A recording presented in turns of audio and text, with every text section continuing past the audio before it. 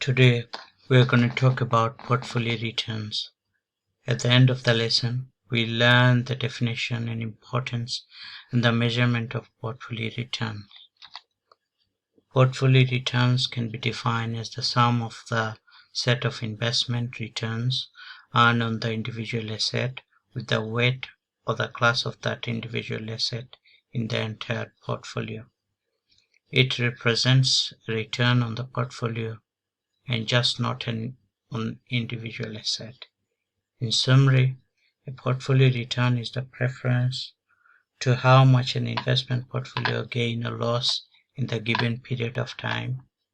Measure of portfolio return are key factor in the investment decision. In the equation of portfolio returns equals to summation of weight of the investment in the portfolio multiplied by the rate of return of that investment. Here we have portfolio included 5 classes of investment. Investment return earned by investment class A is 5%, return B is 6%, return C is 8%, return D is 12%, and return E is 15%. Then we calculate weight of the individual asset investment in the portfolio.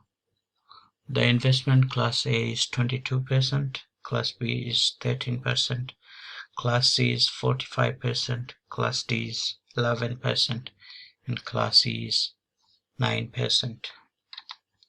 Now, if we multiply the investment with the respective probable return, that gives us a return on investment. A is 1.10%, for B is 0.78%, for C is 3.60%, for D is 1.32%, and for E is 1.35%. If we add expected return for all classes of investment in the portfolio, that gives us a portfolio return is 8.15%. Thank you.